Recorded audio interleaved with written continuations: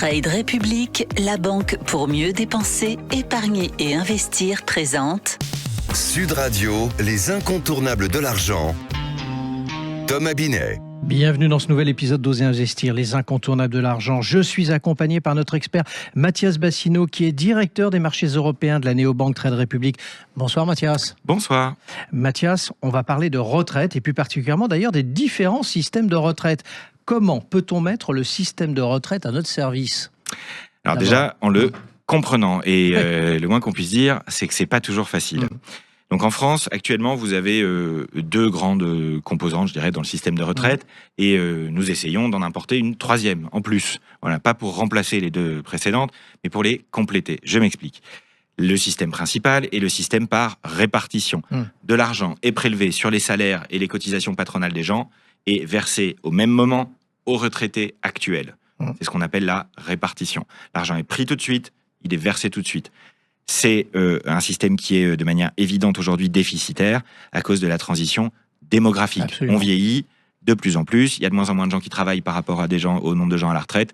Donc ce système, la Cour des comptes nous dit que on est dans les 70 milliards de déficit annuel à partir des années 2050. On sait que 500 milliards de dettes ont été contractées depuis 20 ans en France à cause de ça, pour payer les retraites. Donc c'est un système qui est évidemment plus suffisant. C'est pour ça qu'ont été créées d'ailleurs les retraites complémentaires. Les retraites complémentaires, on les connaît entre autres avec l'Agirc-Arrco, qui verse à 14 millions de Français une retraite en plus pour les salariés du privé. Mais alors, du coup, quelle est la différence entre le régime par répartition et la retraite complémentaire ? Le régime par répartition, comme je vous le disais, l'argent est pris tout de suite sur les salaires et il part tout de suite. Et le montant que vous touchez, vous, à la retraite, ne dépend pas de ce que vous avez versé. Oui, bien sûr. C'est calculé en fonction des 6 derniers mois, des 25 meilleures années, etc., le montant que vous touchez.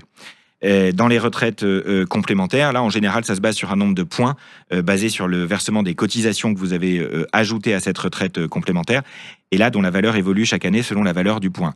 Rien que moi, en l'expliquant, je comprends que c'est extrêmement peu lisible. L'étage qu'on aimerait rajouter, et je crois que la jeune génération est en train de rajouter, en plus de ces étages-là, c'est ce qui existe déjà paradoxalement pour la fonction publique en France, c'est-à-dire de la retraite par capitalisation. La capitalisation, c'est mettre de l'argent de côté, l'investir pour longtemps et le réutiliser après qu'il ait porté ses fruits, après qu'il ait été investi pendant longtemps. C'est sans doute complémentaire et un peu plus malin pour aller chercher de la valeur pour les retraites des gens dans la croissance économique par l'investissement. Mais, du coup, à vous entendre, Mathias, est-ce que la retraite complémentaire, ça ne serait pas une forme de capitalisation ? On pourrait penser ça, mais non. C'est pas ça. Non, c'est vraiment. On ne peut pas être là-dedans quand il y a un système aussi complexe que ça, en fait, pour rien que l'expliquer. C'est pas possible de l'expliquer rapidement. Donc, il y a une chose qui est sûre, Thomas, c'est que le conclave actuel sur les retraites qu'on traverse, pour l'instant, ne risque pas d'améliorer la situation. Je voudrais juste que tout le monde réalise bien de quoi on parle. On n'attend pas de fumée blanche, Mathias Bassino. On a dit, on n'est pas là pour parler de capitalisation. Les corps intermédiaires ont dit ça. Tant qu'on ne parlera pas de capitalisation, on ne parlera pas de réformer les retraites des gens en France. On ne parlera pas d'améliorer les retraites des gens en France. C'est aussi simple que ça.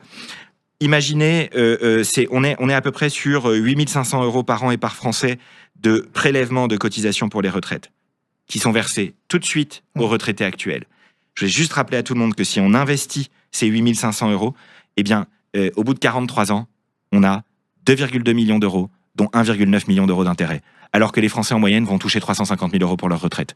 Donc, les Français pourraient cotiser pour l'équivalent d'une villa neuve pendant leur carrière. Au lieu de ça, le système est fortement inefficace.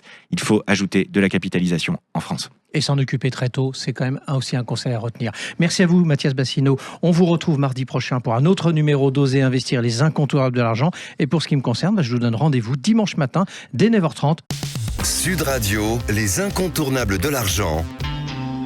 Thomas Binet. avec Trade République, la banque pour mieux dépenser, épargner et investir.